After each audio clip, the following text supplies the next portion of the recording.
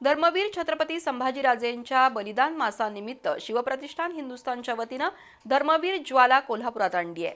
वडू बुद्रुकमधून आणलेली धर्मवीर ज्योत रुईकर कॉलनीतील संभाजीराजेंच्या स्मारकापर्यंत आली। तिथून शहराच्या विविध मार्गावरून फिरून ही धर्मवीर ज्वाला छत्रपती शिवाजी चौकात नेण्यात आली।